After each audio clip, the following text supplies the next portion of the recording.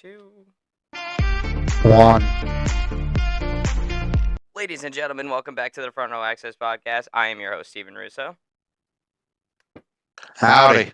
And that's Gavin Cooney. So, as y'all know, we got WWE Bash in Berlin live this Sunday from, Berlin. So, we got a little 5-match card here that we're going to go over. We're going to give some predictions for it. And obviously, we're doing it online today. Gavin is back at college now, so we're back to this little format. So, for the foreseeable future, at least until Christmas, maybe Survivor Series. I don't know. Are you going to be back for Survivor Series? It depends. It's usually around Thanksgiving, so I might be. All right, yeah, because I'm assuming for the next couple of PLEs, I'm going to be hosting them this time. Probably, yeah. That's perfectly fine. But yeah, so we're going to go over that today. But in other news, Pat McAfee's no longer on Monday Night Raw, as y'all probably saw last week. To the joy of some, to the dismay of others. I don't know, Gavin, how you feel about Pat McAfee going bye-bye?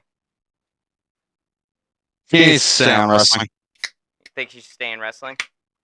Yeah. Why so? He's better at it.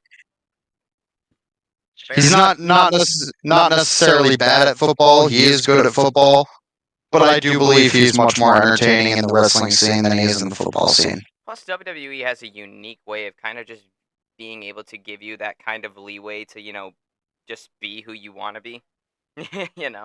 Rather than football, you kind of have to put on a little bit of a persona when it comes to football, I would think. Like, a little bit of professional barrier there. With WWE, you can kind of just blur the line and it just be okay. But yeah, so Corey Graves was on this last Monday on Monday Night Raw. We have not seen SmackDown yet, but there's probably going to be some rotation of double duty going on between Wade Barrett, Michael Cole, and Corey Graves for the foreseeable future. But I was lucky enough to be in attendance this past Monday at Monday Night Raw. We were at Providence, Rhode Island, so that was a very, very good show. And I'm happy that we actually got a good episode of Raw to witness live. So that was actually a really good Monday Night Raw. Would you agree, Gavin? He said, "Fuck you." He did not like it. No, I didn't get to fucking go. Yeah. And yeah, so I got to go, luckily enough. Poor Gavin didn't get to. But since, college and moving and shit. So have you started classes Man, yet? I want to go home. Fuck this shit. Have you started classes yet? Yeah? No. No, not yet. Wait, are you starting tomorrow? God, no. Next week. Next week. I've been playing football. Fuck. Yeah, that's right. You got college football to go over. But yeah, that's was Monday Night Raw, and at the time of this recording, we have not seen Friday Night SmackDown. I'm gonna get that out of the way before we get into this. We have not seen Friday Night SmackDown yet. It's fucking Tuesday. All right. So we're gonna go over what we know, and if you're like texting me down, commenting on me down in the comments, "Oh, KO did this on SmackDown," I'm like, okay, buddy. I at this point in time, I didn't know that. All right. Honestly, if they're not even smart enough to look at the fucking upload date, that's on them. Honestly. So, love y'all, but also fuck y'all all at the same time. Love y'all, but fuck y'all. So, anyway, so we got this little 5-match card going for Bash in Berlin. A solid show for Germany, I would say. And we put these matches in order by, what was it, the Bleacher Report? Yeah. All right, yeah. So according to Bleacher Report, we put this together. I do not know if this is the match order yet, but these matches are definitely happening. So we have the women's. It's almost definitely not the match order. Yeah, I don't think it would be, because like the way I'm gonna list it off is gonna sound a little crazy. So we got the women's tag team titles match between Unholy Union of Alba Fire and Isla Dawn, going head to head with the former tag team champions in Bianca Belair and Jade Cargill. We also have a strap match between CM Punk and Drew McIntyre. We have a mixed tag team match with the Terror Twins, Damian Priest and Rhea Ripley, versus Liv Morgan and Dominic Mysterio of the Judgment Day. And we have a World Heavyweight Championship match between Randy Orton, going for his 15th title, and Gunther, your new and current World Heavyweight Champion. just won that back at SummerSlam. And we also have Cody Rhodes versus Kevin Owens for the WWE title. And that's the whole match. Mind you, Bleacher Report didn't even have that match on there. We were just smart enough to know it's on the card. Yeah, because we sacrifice 5 hours of our lives every single week to watching WWE television. So it's a part-time job, guys. But anyway, so we're going to go over the women's tag titles match first. So we have Unholy Union between Alba Fire and Isla Dawn. These are your current champions. Bianca and Jade, your former champions. So Unholy Union won these back at Clash at the Castle in June. Then they disappeared for a month, and then they came back. So that was a big one. So basically, this whole time, Bianca and Jade have been in this ultimate powerful freaking tag team that just stops everybody that's in front of them. And they didn't even get pinned clean to win the titles. I think it was Damage Control that took. Was it Damage Control that took the pin? I forget. No, Damage Control wasn't in that match. It was Shayna Baszler and Zoe Stark, pre-Pure Fusion Collective. Oh, Jesus. I can't believe that's the fucking name they went with. I know you hate that name. I know you hate that name. Like, Jesus. What the fuck is a Pure Fusion Collective, man? But, Jesus Christ. I love Sonya Deville. Sonya Deville's great. Shayna Baszler's good. And so isn't Zoe Stark. So, I mean, I don't have a problem with them, but, like, at the same time, man, you couldn't have thought of a better name, man. You couldn't have thought of a better name. But, yeah, so they were in that title match. They lost Clash of the Castle, obviously. Unholy Union won the titles, and they kind of just disappeared for, like, a month. And we just did not see them for a little while, which sucked because, I mean, both Alba Fire and Isla Dawn, I mean, I was a big fan of them, what they did on NXT. So, I mean, it's a pretty good shit. How's the WWE Prime, huh? That's good shit. Yeah, so Logan Paul, KSI, hit us up. We love your product. Please give us money because we're both poor and need it. And also, I got my code red. Obviously, guys, we drink nothing but Pepsi products on this podcast. So I'm an athlete. You can totally make me a prime athlete. that would be amazing, actually. So Right? that would actually be sick if you get a prime athlete for that would actually be fucking awesome. Yeah, go ahead. I've only got a solid 3 months of being an athlete left, so hurry the fuck up, please. Come on, man. Come on, let's go. So, yeah, so, but anyway, back to it. So, Unholy Union disappeared, and then when they came back, they aligned themselves with Blair Davenport, whom also I was a big fan of on NXT. So, I kind of like this whole little faction that they got going. I don't even know if you can call it a faction yet. They haven't really done anything together, but this is Sure they have. Yeah, it's true. They've been mugging Bianca, Jade, and Naomi, so of course they've been doing shit together.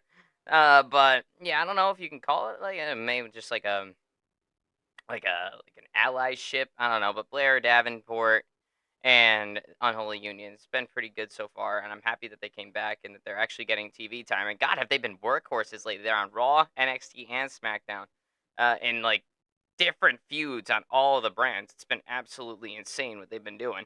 And I'm like, you know what? Are you making up for lost time? You went out for a month, and now you're just an absolute workhorse. So respect. But yeah, this is also my formal application to make Unholy Union and Blair Davenport be named the Blair Witch Project. I know copyright exists, but I'm sure you could work around it because it's just too perfect. But, I mean, they did it with Yeet. I mean, they did do it with Yeet. So come on, man, Blair Witch Project. Let's do it. It's better than your fucking Pure Fusion Collective. So you know. But yep. I'm kind of excited for this match. Obviously, Bianca and Jade are like must-see TV. Every single time they're wrestling, like I'm like, all right, gotta pay attention to this. Something important's gonna happen, you know. And I think they've been using Jade Cargill and Bianca Belair like together to just catapult Jade Cargill to be another top girl in the company. You know what I mean? To get not like she already wasn't to begin with, but just to further legitimize it. Yeah. I think that's what they've been doing here. But if I'm to give a prediction, man, I think because of that, I think they're getting ready to start to plant some seeds for Bianca versus Jade at some point in the future. So I think this is where your Bianca and Jade saga of tag team dominance goes away. and they return back to the singles championship after that. So I'm going to take Unholy Union to retain their titles for this one. I'm also going to take Unholy Union, but definitely going to have to go through way of Blair Davenport because I will stand on this hill to the day I die. There is not one team in the tag division that can take those two down clean. No, absolutely not. So there's going to be some bullshit from Blair Davenport, and Unholy Union will pull some heel shit too. So definitely, let's take Unholy Union to retain by some bullshit.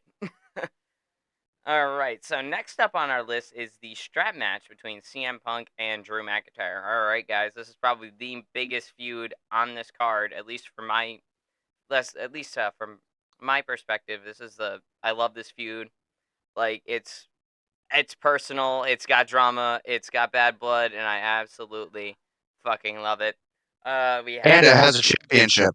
and it does have a championship, but it's a championship bracelet. So, you know, obviously, as we know, Drew McIntyre has that bracelet that has AJ Lee's name and his dog Larry's name on it, and he's like wearing it around like, yeah, I got Punk's family with me, just to mock CM Punk, just to get under his skin just a little bit, give him a little bit of friction, and god damn it, hasn't been working. That little bracelet has so much prestige now. I'm like, I don't even know. You got to make it just a thing at this point. But It has stats. Punk is the inaugural champion. McIntyre has the most reigns and the longest reign, yeah, and the shortest reign is Seth Rollins. Seth Rollins with the whole like what 30 seconds he had it at the SummerSlam match, and then CM Punk just started cursing him out for it. It's the new 24/7. For real. And also, Seth Rollins is just dead. We haven't seen him since the whole Bronson Reed taking out. So, Yeah, they wrote him off of TV with a fucking fat ass. the fucking fat ass. I think Seth came back too soon from the knee injury, and I think that's why they did it. I So, think so too. hopefully a speedy recovery to Seth Rollins. Hopefully he heals this shit up and gets whatever he has to get sorted out. But regardless, Well, how smart is that? You came back too early, so we're gonna write you off by having a fucking 330-pound man drop on you fucking 7 times. the fucking Jesus, bro, might have broke a rib or two.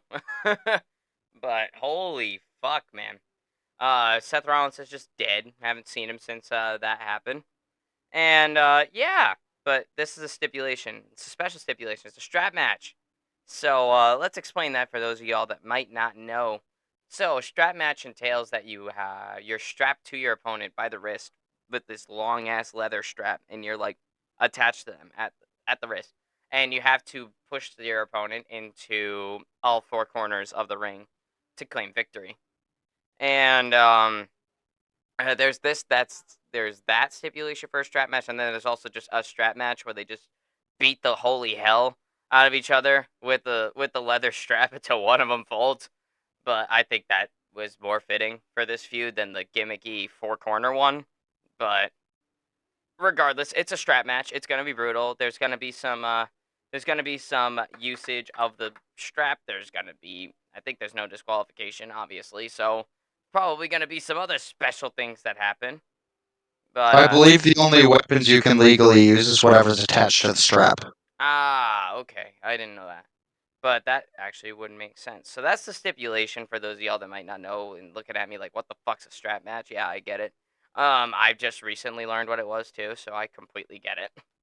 And so Punk and Drew absolutely hate each other, and Drew obviously got the big win at SummerSlam over CM Punk. But this time around, man, I think they're gonna go 1-1. Give me CM Punk to win this strap match.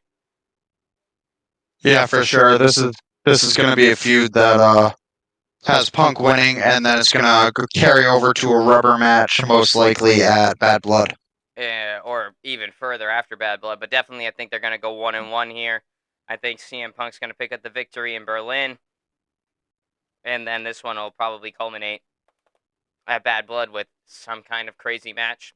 I don't know what kind of crazy match, but a crazy match. Perhaps Hell in the Cell. That would be absolutely sick.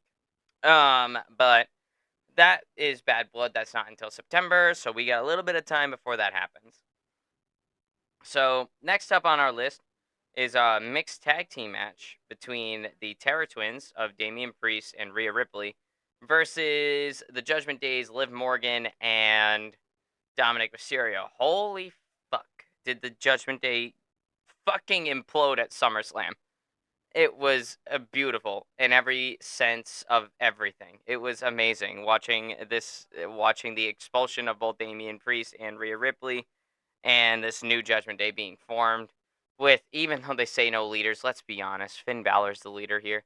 He's the little mastermind. Oh, for sure. Yeah, they say no leaders, but let's be honest, it's Finn Balor. And now Finn Balor gets to be the leader of the Judgment Day, and Steven is very happy about that. Because if there's one thing you guys should know, I'm a Finn Balor glazer. So, I'm happy. He's getting the spotlight now. But it was awesome. I mean, obviously you saw Finn Balor cost Damian Priest his championship. Hey, my light came back on the other side of the room. Let's go. But yeah. So Finn Balor cost Damian Priest his title retention against Gunta, and of course, Dominic Mysterio helps Liv Morgan up and kisses her right in front of Rhea Ripley, and therefore getting her right the fuck out of the Judgment Day, forming the Terror Twins, which I think is an excellent name for both of them, if I'm being completely honest. Well, I mean, they were already the Terror Twins. Yeah. I mean, now that they could just shine on their own as the Terror Twins, I'm a big fan of it. I love it. It's very nice to see two big stars, come together in that kind of alliance. You don't really see a lot of these like power like mixed tag teams anymore, and I think Yeah. it's just, I mean, I remember back in the day you had Santino and Beth Phoenix. That was in like 08, 09. But that was a while ago. But we haven't really seen like a power like mixed tag team like that where there's just two very good stars, very big stars just joined together to fuck shit up, and they just happen to be one's from the men's roster, one's from the women's roster. It just doesn't happen. I'm happy that it's happening now with the Terror Twins and now with Liv and Dominic Mysterio as well. I think it's beneficial to both parties. If I'm being honest, I don't think there's any negative. Oh, 100%. I don't think there's any negative effect to anybody in a power mixed tag team like that. So The only negative is Carlito. yeah, Carlito's just like, that's cool or that's not cool. Carlito's the only one that doesn't have anything going on. He's just there. Yeah, he's just happy to be there, man. Because I mean, JD doesn't have much going on, but at least he's still the tag champion. Yeah, but Carlito's just like, that's cool or that's not cool. I'm like, poor Carlito. He's just been getting shafted this whole time, man. Oh, even in the LWO. Yeah, even in the LWO, he was getting shafted. Poor Carlito. Comes back at Backlash last year and just doesn't really go anywhere with it. They're probably paying him well. That's probably why he stays. But, god damn, they just haven't been doing shit with him. They put him in a couple of tag team matches. Yeah, are they going to put a tag team title on him? No. So, are they going to put a singles title on him? No. But like Carlito back in the day, man, stabbing John Cena outside the nightclub over the United States Championship will never be forgotten. So, a justice for Carlito. But other than that, I absolutely love the new Judgment Day. I love the Terror Twins. And I know they've been legitimizing this new Judgment Day the past couple of weeks. They've gotten a couple over on the Terror Twins. But I don't think they're going to make Damian Priest and Rhea Ripley lose 2 pay-per-views in a row. So I'm going to take the Terror Twins to win this one. And it'll probably culminate at Bad Blood. Whether it's a match between those two or if it's a match between Rhea and Liv, I'm not sure. But I think the Terror Twins are going to pick up a victory here because I don't think they're going to make them lose 2 in a row. 100%. There's no way in hell the Terror Twins lose this. There will 100% be heavy Judgment Day interference, and this is something where we look at the culmination of, do we see Jey Uso come in here? Because there's already been that spark ignited. I mean, even before everything happened, Jay's after Rhea going yeet. Jay at the house shows he had Damian Priest going yeet. Yep. So I mean, there's definitely. Rhea had a live video on like Instagram or something the other day, and somebody asked about Jaya, and she was like kind of on it, and then this like love song came on, and she mouthed Jay's fucking name during the song while she was working out. Shit. Oh, yeah. I'm like, Jey Uso, come get your mommy. Come get your mommy. So I definitely think there is a possibility that we see Jey Uso up to help against the rest of the Judgment Day. I totally think that's a potential, and that would be fucking awesome. Especially, he gonna take her to Waffle House after. Yeet. Speaking of which, guys, Jey Uso is just. Wait, there's no Waffle House in Berlin. Damn it! I mean, Germany's close to Belgium, no? Belgian waffles are pretty good. Yeah, but it ain't Waffle House. That's true, it ain't Waffle House. How many people you think go to Waffle House for the waffles? I mean, granted, Waffle House is fucking delicious. Never had Waffle House. But you go to Waffle House. I went to Waffle House. I wanted to go for the experience of going to a Waffle House. I totally get it. I was at the Rumble. I had to be back at the airport at goddamn 7 in the morning. So I went to Waffle House at 5 in the morning. Yeah. Yeah, we love Waffle House. You go there for the experience of being able to get a goddamn 5 a.m. waffle if you want a 5 a.m. waffle. Or a 3 a.m. waffle. Or a 12 in the afternoon waffle. It doesn't matter. Exactly. You want a waffle, you get a waffle. It's a little cheap. It's a little cheap, but it's good. Quality good. I fucking love Jey Uso. He just advanced in an Intercontinental title #1 contendership match, so that's pretty good. I swear, if they don't do something with Jay, man, and they make him lose again, I'm gonna lose my shit. Okay. Well, about that, they're gonna need a reason for him to lose. Jay helps out against the Judgment Day. Judgment Day makes him lose. I'm gonna fucking cry. Just give Jey Uso a damn belt. But oh Jesus. Anyway, we're taking the Terror Twins. Maybe some Jey Uso help with the rest of the Judgment Day. All right, World Heavyweight Championship match. Gunta, Randy Orton. Let's go. But all right, so Gunta just won this title at SummerSlam over Damian Priest, and it was an excellent match, by the way. I've never seen a bad Gunta match. I really haven't. Like, I don't think there's ever been a time where I've watched Gunta in a match and not been just like, wow, that was a good match. The dude's just awesome. I have. Gunta's had a bad match, but it wasn't his fault. What was the bad match, in your opinion? Bronson Reed. Well, that's not his fault. He had to work with Bronson Reed. That's what I said. It's not his fault. Mm-hmm. But, here we are. But holy hell, man. Shit's crazy. But, yeah, he just won this title back at SummerSlam. And boy, does that belt look... The belt looks pretty good on him. I'll be completely and totally honest with you. And he's wearing the suit and he's got the belt draped over one of his shoulders. Like, that thing looked good.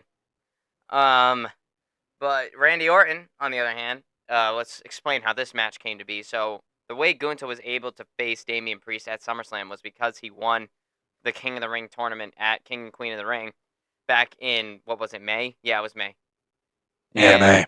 And when he pinned Randy Orton, like the final pin, Randy's other shoulder wasn't down. Only one of the shoulders was down. And obviously, it took Randy a while to, get those rematch claws going.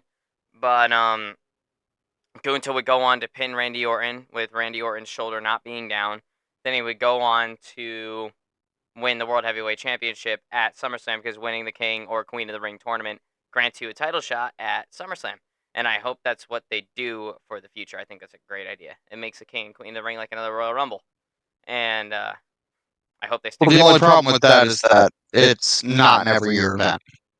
Which I hope they make it an every year event and just keep that going. Like, make it a new Royal Rumble in a way.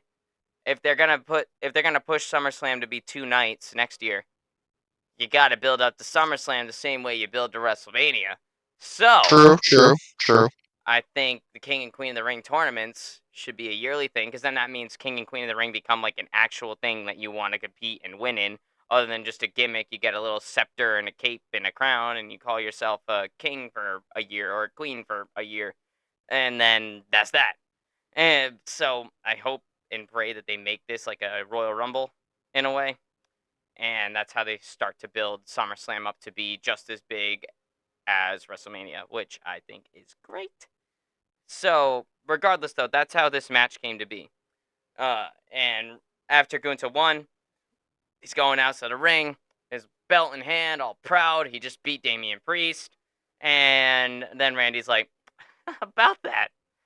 So you remember back in May when you pinned me? He's I'm sliding right in on you because you didn't beat me, man.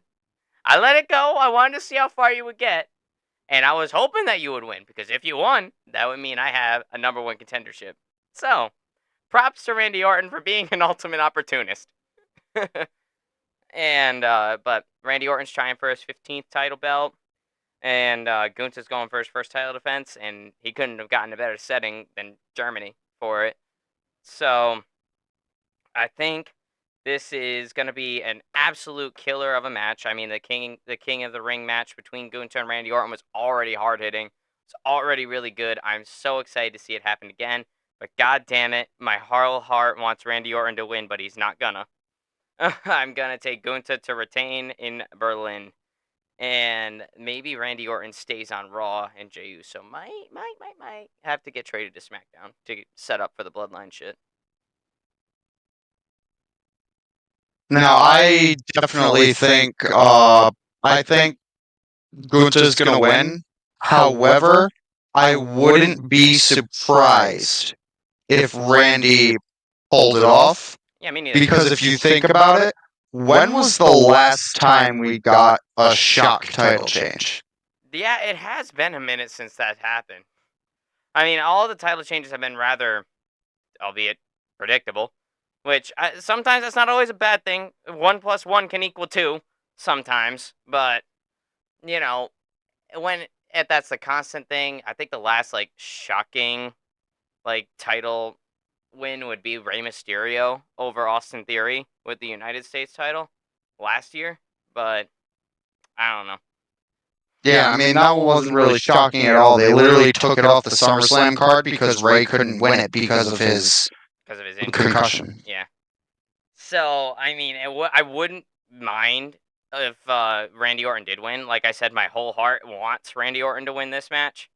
But at the same time, I don't think they're going to make Gunther lose in Germany. But then I throw back and forth. I mean, they made Sammy lose in Canada against Roman Reigns. They made Drew lose in Scotland because CM Punk lost in the main event of Clash of the Castle twice. Twice. Yeah, so against Roman Reigns and Damian Priest. So, I mean, it's they're definitely not opposed to not letting the hometown boy win, but I think Gunther's gonna retain. But if Randy Orton wins, I'm gonna be one happy camper.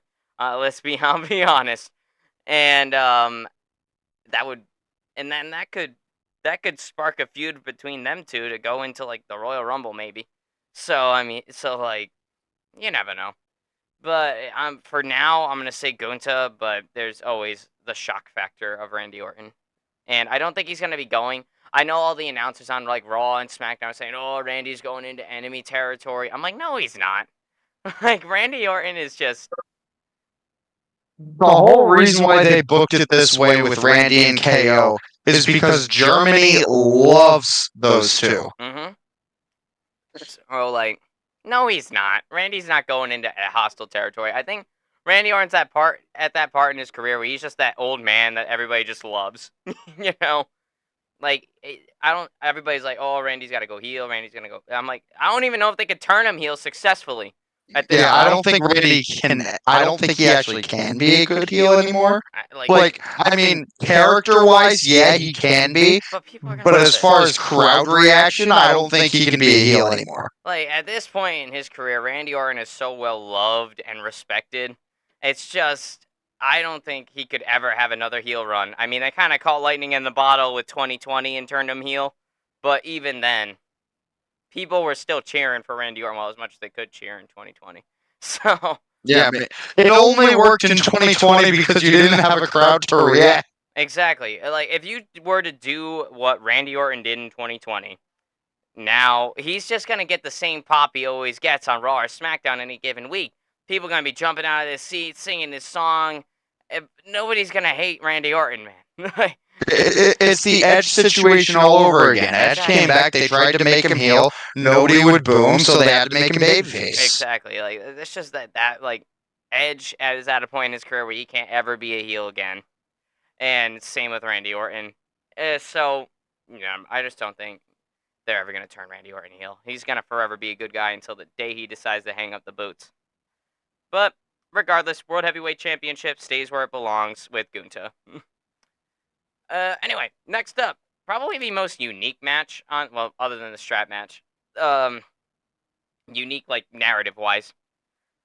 Between Cody Rhodes and Kevin Owens for the undisputed WWE Championship. So, um, Cody Rhodes just kind of said, "Here you go, Kevin Owens. You want a title shot? Here, take it. You deserve it." And KO's like, "Nah, I don't deserve it." Then Cody's like, "You deserve it." Right. And then he's like, nah, I don't deserve it. And then Aldous was like, yeah, you do. Yeah, you do. And then Aldis made it official. And now Kevin Owens is like, "Oh, fuck." Here I am in a title shot that I don't feel I belong in. But recently though, he's been reminded of how much he's been losing the past few years. The past 4 years of the Bloodline, that's all he's done is lose matches to the Bloodline. The past 4 years primarily. So he beat the Usos at WrestleMania 39, but and Roman and Solo at Night of Champions last year, but at the same time, man, Kevin Owens has done not a whole lot other than win tag team gold and just lose to the Bloodline all the time. And that's kind of been irking Kevin Owens a little bit. I forget exactly who tipped him over and reminded him how much he's been losing lately. Was it Walla. Was it Waller? Yeah. Walla. It was Waller. Yeah, so Waller's like, all he's done is lose to the Bloodline for the past couple of years. And then KO's like, yeah, you're right. All I have done is lose. And then Grayson Waller was like, I want the old Kevin Owens. Where'd he go? And then, you want the old Kevin Owens? Then he does a pop-up powerbomb on him. Some shards of prize fighter, Kevin Owens, if I do say so myself. So Yeah, because Austin Theory forced Waller into a match against him. Yep. And Jesus Christ. It's just Grayson Waller has just been the antithesis to Kevin Owens a lot lately, but I think that's good for Waller though, because I think 100%. this is gonna start to catapult him and get him over the hump into the main event scene. I'm pretty sure. So, For sure. plus now that he did that segment on SmackDown with Cody Rhodes saying, "Oh, look at all the times that Kevin Owens has turned on all of his opponents." Yeah, that's right. You saw Sami Zayn on there twice. And then of course everybody else, Chris Jericho, bunch of other people. I was astonished that they actually put Jericho on WWE television. Me too. I was like, wow, they name dropped Chris Jericho. And I'm like, wow. That's insane. They brought out the list and everything. Yeah, they went back to the list gimmick with the "you just made the list." This Kevin Owens has been definitely showing shards of a heel turn very soon. I mean, I almost thought he was gonna deck Cody Rhodes with the title belt last week on SmackDown. So, and then Cody Rhodes is holding his title, like clutching his pearls, like, oh jeez, oh boy, what just happened? And so I think this is actually excellent for Grayson Waller, seeing as he's been this little fucking weasel that's just trying to drive a wedge in between them, and he's being successful. So, and now the fact that Cody Rhodes has acknowledged it on a segment with Grayson Waller, that's just tells me that they got some plans for Grayson Waller. But then you gotta think, what the fuck's going on with Austin Theory? He's gonna get dispatched very shortly. I mean, at this point, I mean, Triple H drags out storylines. He does that whole long-term booking thing. So I know it takes a long time for us to get like a payoff for somebody. But like, I feel like Austin Theory should have turned on Grayson Waller like 6 weeks ago. like I feel like they should have done it by now, and I'm actually thinking that Yeah, they right around the show with DIY. exactly. I'm like, I think he should have done it around there, but like, I think they might have missed the opportunity. Now, of course, I don't get the script. I don't know what's up, but like, I feel like they missed the ball with Austin Theory's babyface turn because ultimately, it if it was gonna happen at that moment, Austin Theory would have gotten a gigantic pop, which is crazy to think, but I think the Austin Theory babyface turn, I'm just not sure if it's gonna happen anymore. But then again, Triple H is known to let things cook for a little while. He's a slow cooker. He a crock pot. He ain't a skillet. So I mean, it's just like I don't know, man. Austin Theory just seems to be in a bit of a limbo right now. What are you thinking, Gavin, with Austin Theory and his character? At this point, I think Waller might be the one to turn face. You think? Really? I think Waller did it so much to Theory. Theory started doing it to Waller. So I think Waller might be like, "Hey, what are you doing?" And then just Hi, mate. What are you doing there? punch him in the face. What are you doing there, mate? But I just Maybe but hit him with a shoey stunner. not the shoey stunner. That shit was funny. That shit was funny. But yeah. So I mean, Grayson Waller been driving this wedge in between Kevin Owens and Cody Rhodes lately, and it seems like Kevin Owens. I'm excited to see like what Kevin Owens like what his mentality will be in this match. Assuming he doesn't just go heel on Cody come Friday. It's Tuesday, guys. I don't know what happened, but it would be crazy to see like that kind of internal conflict between you know Kevin Owens like, oh, I want to win the WWE Championship, but I like Cody Rhodes, and just like I can do this move, but it might hurt him. It'll help me win the match, but it might really hurt him. Until ultimately, I don't know. I think Kevin Owens is going to go heel at the end of the match. So I'm going to give my prediction now. I'm pretty sure you guys saw it coming. Cody Rhodes is going to retain his title. I just don't think Cody Rhodes is going to be losing this belt until Roman gets involved with him again, until The Rock gets involved with him again. Then we can start talking a little bit, or even Solo, but even Solo's a stretch. So, like, I just don't know what's gonna go down with Cody Rhodes after this one with Kevin Owens, but all I know is Kevin Owens is gonna lose, and Cody Rhodes will retain. And I'm gonna say that Kevin Owens goes heel on Cody Rhodes after the match. So I think Cody's definitely going to retain. There's no question about that. But I think we're going to get almost kind of like the AJ Styles and Cody type feud, where everything's going to seem all peachy keen. Cody's going to win, and then the following next Friday night SmackDown is when we're going to get the heel turn. Yeah, yeah. If it doesn't happen at the end of the match, I can see it happening that next week on SmackDown for sure. But regardless, I think there's a Kevin Owens heel turn incoming. So, which would be I mean, I like Kevin Owens as a babyface, but like I was originally introduced to Kevin Owens when he was a heel. So like it'd be kind of nostalgic to see Kevin Owens go back to being a heel. But at the same time I've liked cheering for Kevin Owens, so like, I don't really know how I feel about him going heel. Kind of I guess I'm kind of here for it, but at the same time I'm like, "Eh, I think he was cool I think he was good as a babyface though. He can play both really well." So, I think regardless, Kevin Owens is going to continue to be an excellent wrestler, a reliable wrestler. So, yeah, we're going to take Cody Rhodes to retain against Kevin Owens. And possible KO heel turn either after the match or that Friday on SmackDown. I think that's the way to go. That's the whole card. It seems kind of short, but at the same time, this is Bash in Berlin. It's not like a SummerSlam or a WrestleMania, so I don't Took know. us about an hour. So I'm down. I'm here for it. I think it's gonna be a great, excellent show. This is a nice little 5 match card. It's on this Saturday, 1 p.m. Eastern Standard Time. It's 1:30, I believe. is it 1:30? I thought it was one. So I think it's 1:30. Let me double check. double check, so that we're not false. I'm pretty sure it's 1 p.m. though. Do do do do Mm-hmm. do do do. It is. Oh, we're both wrong. It's 12:30. Oh shit. So 12:30 p.m. on the East Coast, guys. So get ready. Set your alarm. Get out of work early. I don't know. So you can catch this thing live. I'm not gonna be able to catch it live. Pray I don't have football. I'm gonna pray you don't have football.